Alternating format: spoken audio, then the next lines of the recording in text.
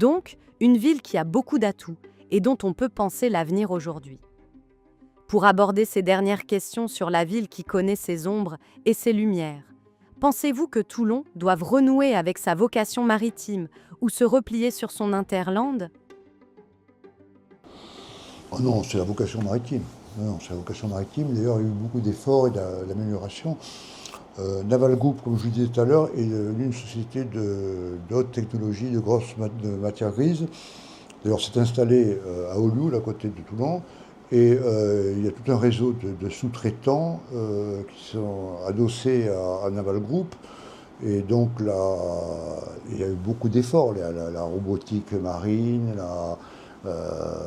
les drones, le sous-marin, l'activité sous-marine. Donc il y a vraiment tout un, comment on appelle ça en termes économiques, oui, il y a une espèce de cluster qui s'est fait autour du maritime, de la recherche maritime, de tout ça. Il y a des entreprises, il y a l'Ifremer, il y a des entreprises même américaines, tout ça. Donc ce n'est que par la mer que l'avenir de Toulon se développera. La croisière aussi. La croisière. La croisière a pris un essor énorme depuis 30 40 ans pour une raison très très simple. C'est que Toulon, le commandement militaire de la RAD, c'est un commandement militaire. Et donc c'est une ville qui est pour les croisiéristes, pour les amateurs très sûrs. Par rapport à Marseille, il y a souvent des grèves, tout ça. Et donc les liaisons avec la Corse, avec la Sardaigne, tout ça, se font autant à Toulon qu'à Marseille ou à Nice, où il y a souvent des perturbations sociales, disons. Enfin, je peux citer d'autres cas. Non, c'est pas du tout dans son hinterland, parce que le Var est très, très diversifié. C'est un grand département. Vous avez un Var rural, vous avez un Var Côte d'Azur, vous avez. Et Toulon, c'est la mer, quoi. Tout ce qui est technologie de la mer. Quelle place peut occuper Toulon dans cet espace méditerranéen en recomposition aujourd'hui? Ben, d'abord, comme port militaire, ça sera toujours le port de projection. Ça, dès qu'il y a quelque chose, dès que le porte-avions apparaît, ça veut dire qu'il y a une crise quelque part. Donc ça, c'est sa vocation militaire. Et puis ce pôle de technologie marine très important, quoi. Hein. Est-ce que vous pensez que Toulon est doté du bon modèle aujourd'hui pour aborder l'avenir? Ou pourrait-elle évoluer vers un modèle de développement comme on en trouve en Méditerranée dans d'autres grandes villes? Non, parce qu'elle sera toujours concurrencée par plus fort qu'elle en matière économique, comme Marseille par exemple, ou Barcelone, tout ça. Non, je pense que Toulon a pris le pli récent, mais encourageant, d'être un port de développement maritime. Brest avait été avant Toulon. Hein. Brest, dans les années 80, avait pris le pli comprenant que la marine n'était pas toujours son avenir. Et donc Brest a été très très innovante sur tout ce qui est technologie marine, sous-marine. Et Toulon, maintenant, grâce à Naval Group et à toutes les entreprises qui sont autour, a pris ce pli. Euh, Toulon ne sera jamais un pôle touristique comme les Nice.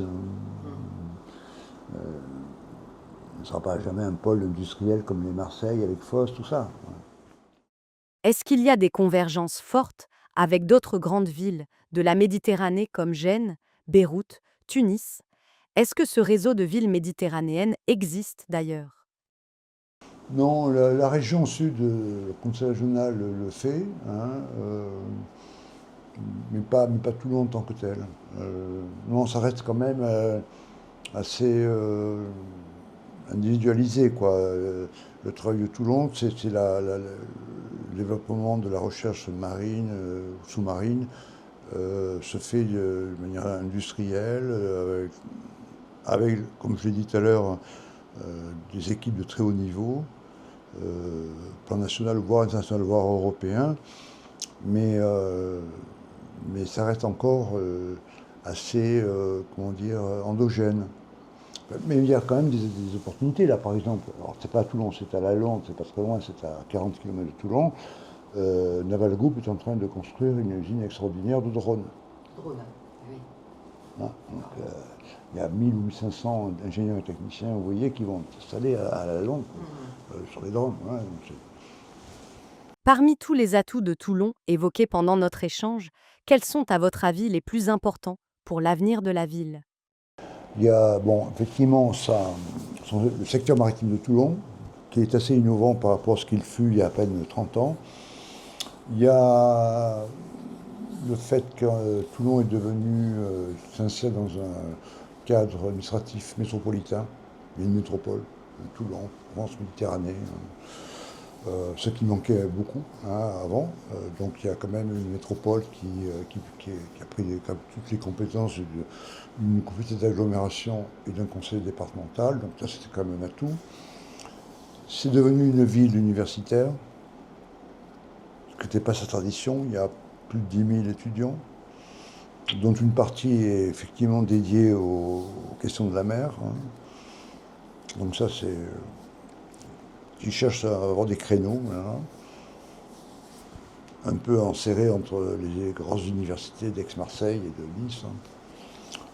Et puis, il y a peut-être, sans être, à mon avis, avoir une forte avenir touristique, une meilleure attractivité que dans le passé, que dans un passé récent, hein. Je vous citais le cas des... C'est une ville accessible dans ses logements, hein. Voilà, voilà, elle peut être rendue agréable pour des gens qui cherchent un petit peu quelque chose qui soit pas bling bling, qui soit pas très Côte d'Azur, quoi. Pour finir notre entretien, y a-t-il un point particulier sur Toulon que vous aimeriez signaler? Peut-être dire que ça c'est ma réflexion est plus de nature politique et historique.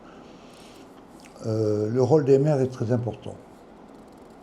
On dit souvent, c'est un peu un lieu commun en disant que la France est un pays décentralisé, jacobin, hyper.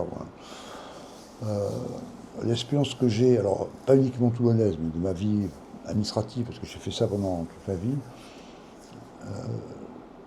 un maire peut faire ou défaire beaucoup de choses dans une ville, énormément.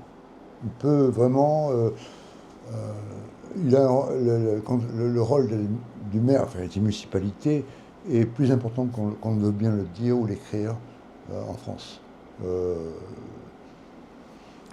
Pour reprendre le cas de Toulon, hein, puisqu'on en parle, moi j'en veux beaucoup aux édiles des années, je mets mon père de côté parce qu'il n'était pas à l'époque impliqué dans la vie municipale. Le fait que les municipalités des années 60, 70 aient laissé partir l'université, les grandes surfaces commerciales, les zones industrielles à la périphérie de Toulon, sans profiter, donc en perdant aussi la taxe professionnelle. Énorme. Paupérisant donc toute la ville en elle-même. Tout ça a été une erreur fondamentale. Ouais. Voilà. Donc, et ça, c'est une décision publique. C'est pas une décision qui a été imposée par l'État, par le méchant État. Non, c'est le rôle du maire qui n'a pas qui a laissé filer ou qui. Voilà.